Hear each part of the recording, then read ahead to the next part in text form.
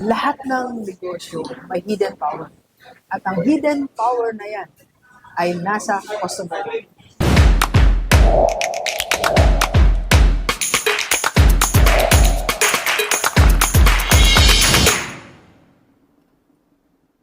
Small business growth, nobody's talking about. Okay. Ito yung mga tips, secrets na hindi discuss ng mga experts. Hindi natin naririnig.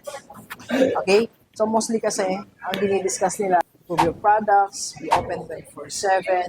Pero ano nga ba yung mga secret na hindi dinidiscuss sa atin? First, you have to discover your hidden power. Lahat ng negosyo may hidden power. At ang hidden power na yan ay nasa customer. Gayahin natin ang model ng Amazon.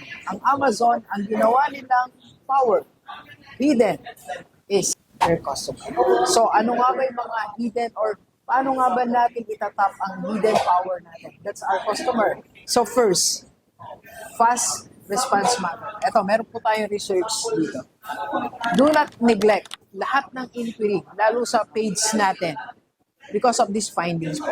78% of customers buy from the first business that respond. Di ba gano'n naman tayo? Kung sino yung unang nag-reply, doon tayo bumili. Okay? And ito po yung impact sa mga mabibilis sumagot. Una, within 1 to 5 minutes, up to 21 times more likely to convert your client rather than making them wait for more than 30 minutes. That's 21% more. Number 2, within 10 minutes, pag di ka pa sumagot, conversion drops sharply. And third, after 1 hour, many buyers have already contact competitors. 1 hour na, hindi ka pa sumagot, napunta na sa kabila. After 24 hours, most leads are effectively gone. Wala na yan. Okay? Ubus na. Wala na sila. So first, move fast in answering. Second is follow up. Your hidden power, your customers, kailangan lang ng follow up. Ito pong findings. 70% of customers are more likely to engage with a brand after a personalized follow up.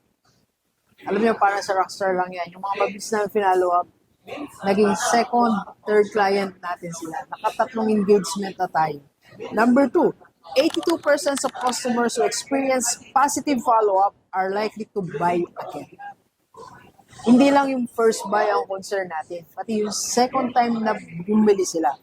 Third, 63% of shoppers are more likely to return when a business owner follow up personally. And fourth, post-purchase follow-ups can boost repeat purchase by up to 40%. Okay?